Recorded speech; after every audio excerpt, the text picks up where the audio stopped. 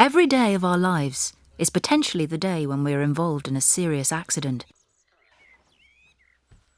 A few of us can't even make it out of the bedroom.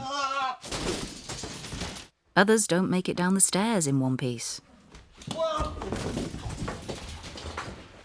A lot of us manage to cut or burn ourselves in the kitchen. And when it comes to do-it-yourself accidents, it seems there's no stopping us.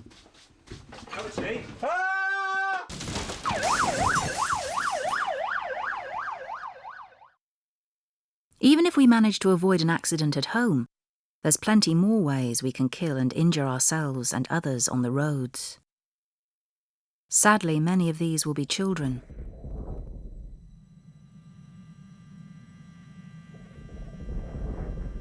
And how many of us have had a near miss recently? Think.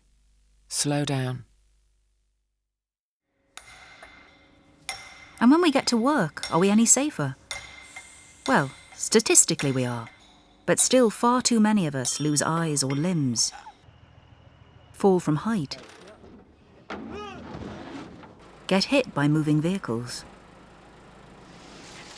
or do stupid things which cost us dearly for the rest of our lives. But why do we risk being killed or severely injured by an accident at work? It's because we make bad decisions, often through rushing or lack of planning, and rely to a large extent on luck. Every fatality starts with an unsafe act, and according to statistics, 1 in 2 million unsafe acts will result in a death.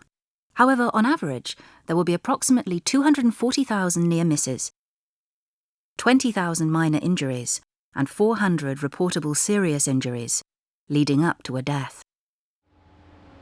On the other hand, you can be killed on your first day at work, because no one can predict the outcome of an accident. Unsafe behaviour is a form of gambling.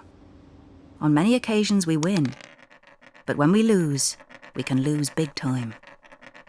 We can lose everything. I want to tell you about an accident that had a big impact on my life. In my hometown, a scaffolder called Joe was working on a construction site about 10 metres from the ground when his mobile phone rang. So he stopped what he was doing to answer it.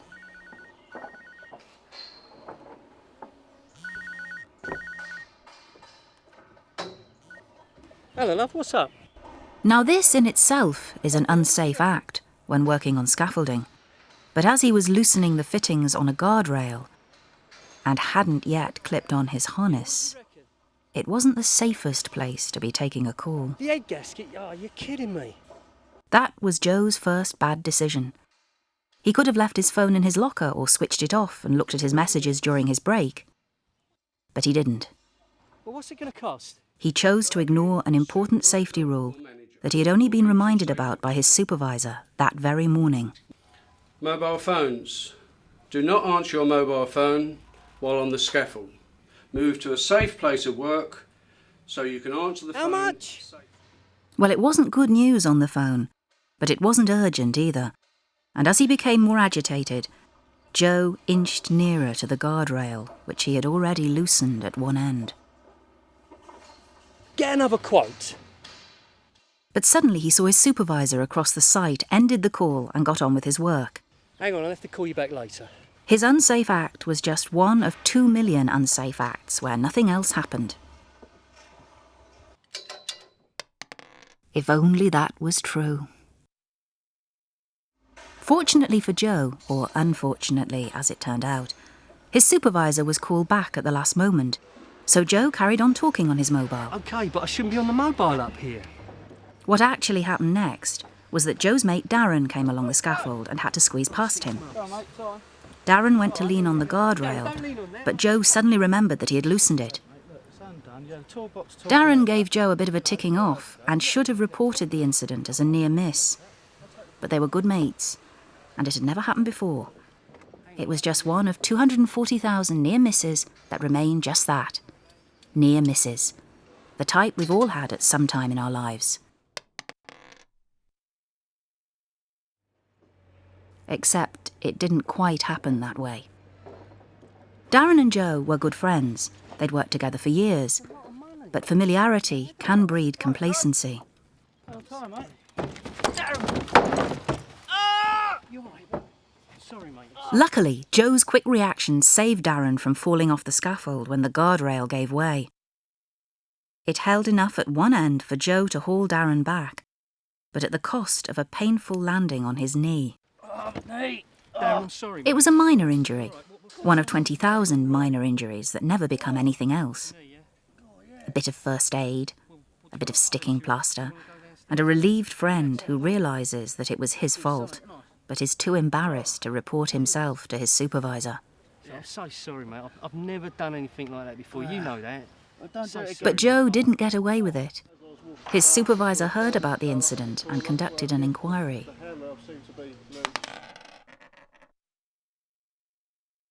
Joe was reprimanded by his supervisor and given a warning that his unsafe act would be held on record and any further breaches of safety would not be tolerated. Well, it will be recorded and it will last on your record for 6 months.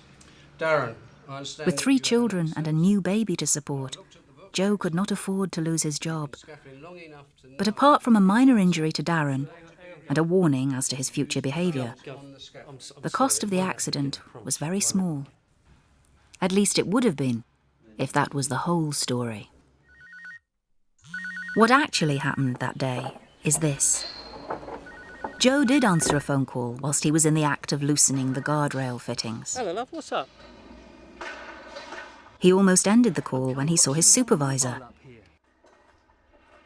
And Darren was pushing him to get a move on. But nothing happened to Darren. In almost all serious accidents, 85% of them could have been prevented by the person who had the injury. But Joe failed to see the hazard caused by loosening the guardrail while not clipped on. He didn't realise who might be in danger of an accident. He didn't think about the risk of answering his phone while in an unsafe position. And so there was nothing to prevent what happened next. Just see if you can knock him down. Joe!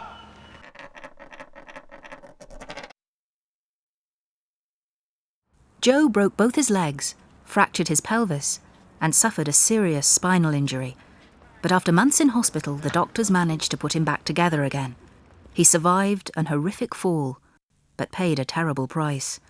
Apart from the injuries which disabled him for life, he lost his income, his freedom, and he couldn't even obtain compensation. In the subsequent legal action for damages, Joe was found to have broken his terms of employment. He had placed himself and others at risk by working in an unsafe manner, despite having been given clear safety instructions which he had signed the very morning of his accident. One bad decision, to talk on his mobile phone whilst working, ruined his life and that of his wife and children, who will have to get by on welfare for the foreseeable future. The medical costs of his accident ran into tens of thousands of pounds, with the mobility costs continually mounting. Had he remained a scaffolder for his entire working life, he could have earned over £1 million. And the cost of preventing his accident? Nothing. Joe's employer did not have a case to answer for in terms of his misconduct. SGB was found to be one of the safest companies in the construction industry and trained their staff to the highest standards. They had carried out a proper risk assessment for Joe's job and given him a toolbox talk, which included not using a mobile phone whilst working. Yet they were forced to pay out a record amount in compensation. And you want to know why. Everything about Joe's accident happened exactly as I've already described. He loosened the guardrail fitting. He stopped to take a phone call. Hello, love. What's up? Darren tried to hurry him along. Right, Joe? He got a bit agitated, I want to make a decision right now. and he forgot that he had loosened the guardrail. Just see if you can knock him down. When he came crashing over the side of the scaffolding, I heard him scream. I looked up, and that was the last thing I ever saw. You see, I was killed instantly when the board Joe was holding sailed beyond the safety fence and struck me on the head. And whatever the cost of Joe's injuries, they are nothing compared to mine. I have children who will grow up without a mother, and a husband who will have to cope without me. I know what you're thinking. I was unlucky enough to be in the wrong place at the wrong time. A few seconds later, and the board would have hit the path. A few seconds earlier, and I would have passed by unharmed. The truth is, the few seconds that killed me were the few seconds it took Joe to answer his phone. That one unsafe action set in motion a roll of the dice that happens with every unsafe act, no matter whether it's at work, in your car, or in your home. Where the dice lands could change your life forever. So it's best not to throw it in the first place.